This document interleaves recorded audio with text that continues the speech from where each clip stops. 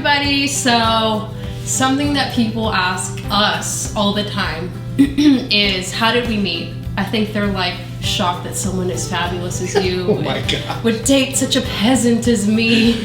That is not accurate at all. But we get asked that all the time, and so I thought, let's just shoot a video and have it once and for all, and now we can just direct them to my YouTube channel. How about that? Yeah, there you go. So, let's tell our love story.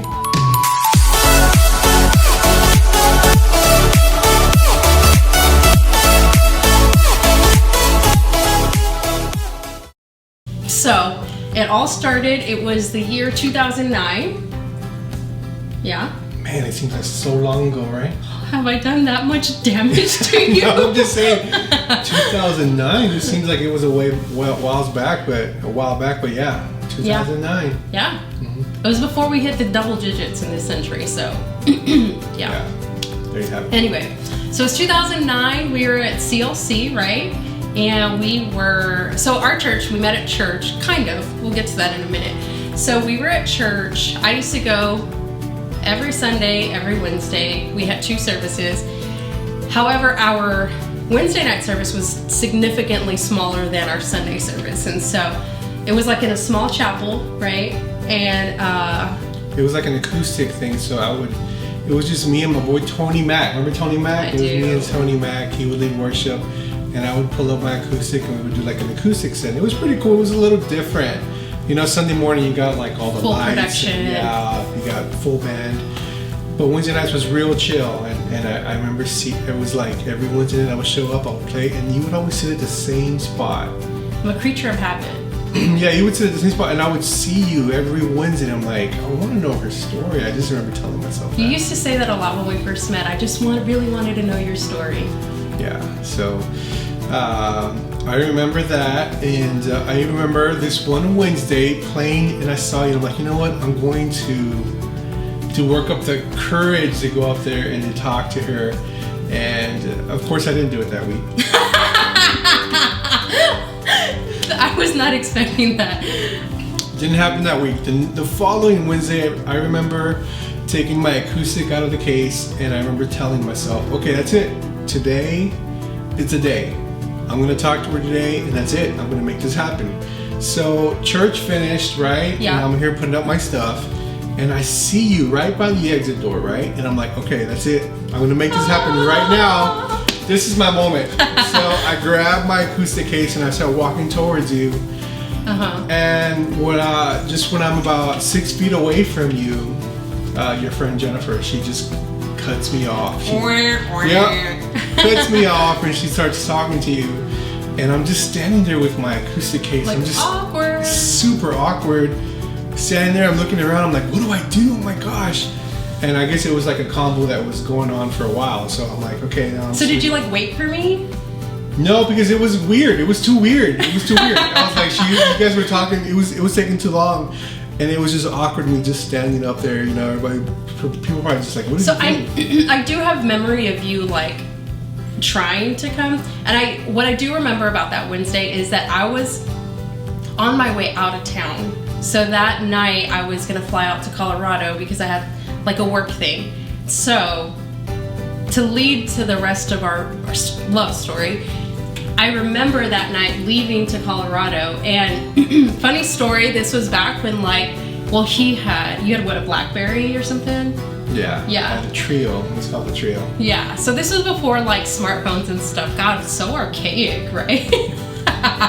So you had some sort of fancy phone, and I had this like simple little phone that all it would do was like call and text, right? We still have that phone, right? We do. I just gave it to Zoe. Anyway, I kept that phone because it was so special to me, because that's the phone we hooked up on. Oh my god. Anyway, so I remember I flew out to Colorado, and I remember in the hotel. Okay, this was back when MySpace. Okay, this is our story. MySpace, y'all. But I remember the lobby, or like the business center, if you will, at the hotel. I had a computer and had internet, all this kind of stuff. So I went down there to like check my email, and you know, back then you used to log onto your MySpace account and like check your messages and all this kind of stuff, right? Well, I do remember you too. I was eyeing you too, not gonna lie. So I had gone on there and I had found Nina, our friend Nina. Yes. Nina, I hope you watch this. I had found Nina and I followed her, or however you did it back then. And I saw that on Nina's page, you were there. And I was like, oh my gosh, this is the guy. So I went and I followed you, right? You friend requested. Or friend, whatever, the technicality. Okay, so I friend requested you. Go ahead. Okay, so here I am checking my MySpace, whatever day this was on. and you go and you see your friend request, right? So I went to go look at them, and then there you have it. There she is right there. Friend requesting me. Okay, it wasn't me friend requesting. She was friend requesting me. You're gonna take it. Our children are gonna see this. They're gonna think I'm thirsty. Think I'm desperate. And I just remember seeing. Oof! I remember doing this. I got this. I'm gonna make this happen now. I got this. So right away, like I accepted it, and I sent you a message. I sent you a message saying, "Hey, how's it going?" I don't even know what I said. Yeah. It was something pretty generic. Sorry, I didn't mean to interrupt you, but what would be so cool is if we could recover like our passwords and like see that. We'll have to look into it. Okay, anyway, go. So you send me a message. Yeah, I sent her a message saying, "Hey, I saw you at church or whatever." And, yeah.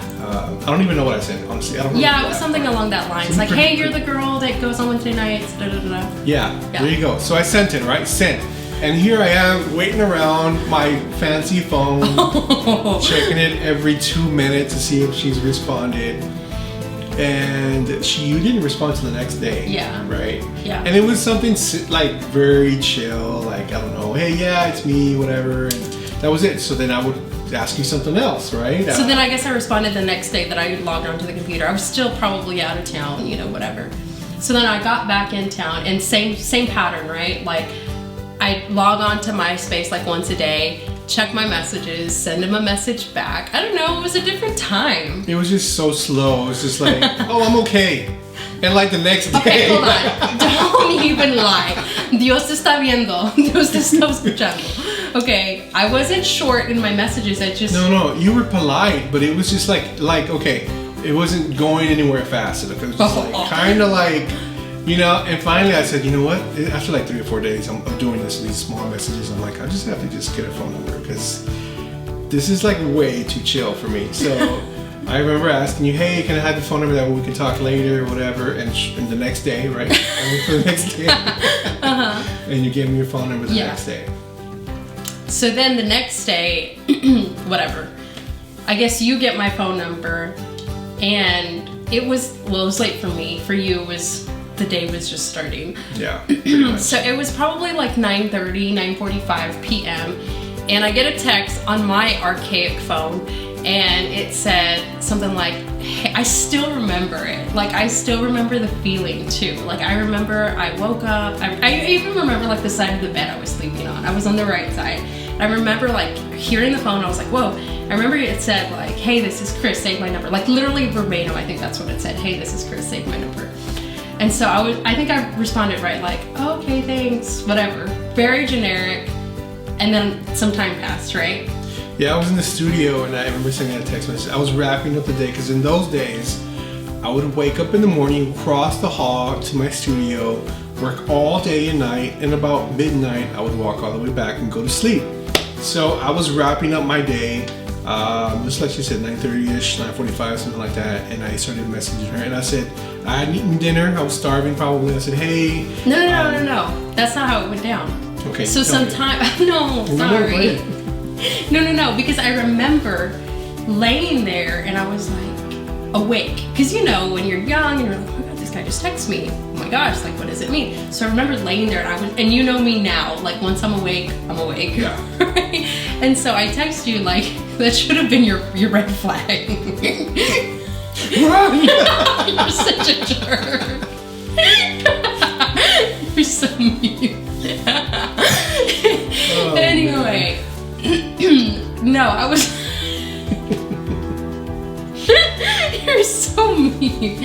Anyway, I was like, I'm awake, you woke me up, I can't go back to sleep. So then you come back with, well, I'm actually kind of hungry, do you want to go get something to eat?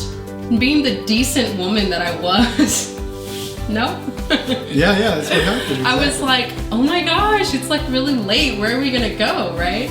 And then you had said something like, well, I live in the Woodlands and you want to go to Arandas, right? Arandas, yeah. And I was like, I'm not about to drive to Arandas. I remember you saying, oh honey, that's too far for me. That's exactly what you said.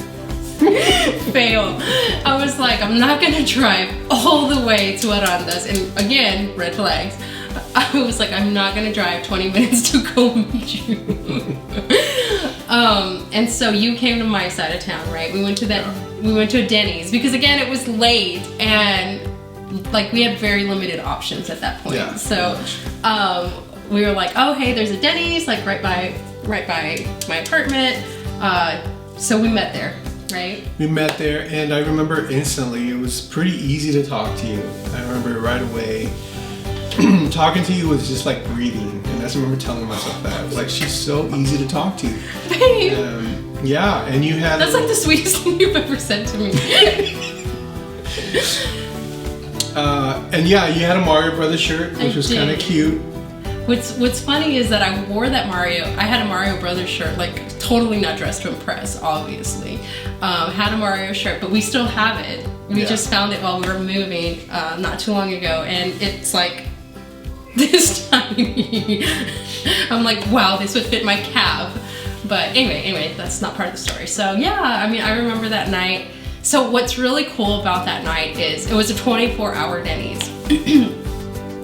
We got there, right? It wasn't awkward, right? No, it was like not awkward. It was like we had known we were long lost friends meeting back up. Would you agree? Yeah, exactly. And we stayed up all night talking. Yeah, so that was my point. We stayed at that Denny's till like 6:30 in the morning, right? Like the sun was coming up when we left. And so, what? I remember I had a session the next day and it was just, my clients must have hated me. Must have hated me throughout the first dating period because I didn't want to work anymore. I was like, I don't want to work. I don't want to be stuck in the studio all day. I'm in love. I just want to hang out with this girl. I don't want to work. And my clients are trying to help me down. Hey, where's my song? Where's my project? And I'm like, wait. And the thing is that it was summertime, so I was off work. Yeah. So at the time I was teaching high school and I had the summer off, so I was free all the time. And you were like, oh, I want to hang out with you. And so basically that night we stayed there and we talked. I even remember some of the things we talked about. Do you remember? A little bit. What do you remember? I remember talking about, there was a particular situation that happened and I had to give my mom some money or wanted to give my mom some money or something. Yeah, it was random, right? And you were like, oh yeah, that's a great idea. And yeah. I remember I remember two conversations and I remember like, and it's still to this day, you always make me laugh. Like that's probably the number one thing I love about you because you say the most random stuff that just hits a tickle spot. But I remember that day you made me laugh so hard and it was over just like, you told me the story about like when your dad beat you so hard one time that you had. Oh my gosh, yes, I forgot all about that. You told me that he spanked me with his belt. He had Rocha on his belt, our last name. And he used it on me, and I had my last name on my legs. For like a week, you said. I was like, dang. And my cousin Cheeto, like he was like, his name is Ignacio, but I would call him Cheeto. And I remember the next day he'd be like, man, he's my next door neighbor. At that time, he was my next door neighbor, and he told me, man, we heard you screaming from your dad spanking you. That sucks, man. Yeah. I remember you told me that story, and then you told me another story about how you chased your cousin's boyfriend with a bat because he was trying to like do something terrible to your cousin. Yes. So I remember that you told me that story that night. Yes, I went insane. Yeah, pretty much. That should have been my red flag. But I'm very protective of my family, y'all. You come after my family, it's like, oh my gosh. And I was 18. This guy was a lot older. Like, and I remember just my mom. I remember that we had a bat in the closet, and my cousin came crying to the house, screaming. This guy comes in his car revving it up, honking, threatening the door, break the door down. And I just grab this bat and I run out like a crazy person after this guy. Yeah, anyways. Well, I remember that from that night. But from there, everything was so fast paced, right? Like, I remember you were like, you're the girl I want to marry. I want to marry you. I remember like within 2 months time, you bought us plane tickets, right? You bought us plane tickets. You're like, I've got to go meet your parents. Like, I know you're the one for me. This is it. I was serious. And the thing is that I think the reason why it was such a big deal is because my whole life I've been kind of like, I haven't been able to get attached that much. Like, you know, and when I met you, it was just like love. And it was the first time I really felt that kind of love, you know. So I knew right away, this is the girl I'm gonna spend the rest of my life with. And I think, yeah, we would hang out. Like almost every day we would hang out and spend time, and it was great. One of my favorite things that I remember from when we were dating is like, I used to love that you used to come all the way, because at the time we lived like what, 25 minutes away?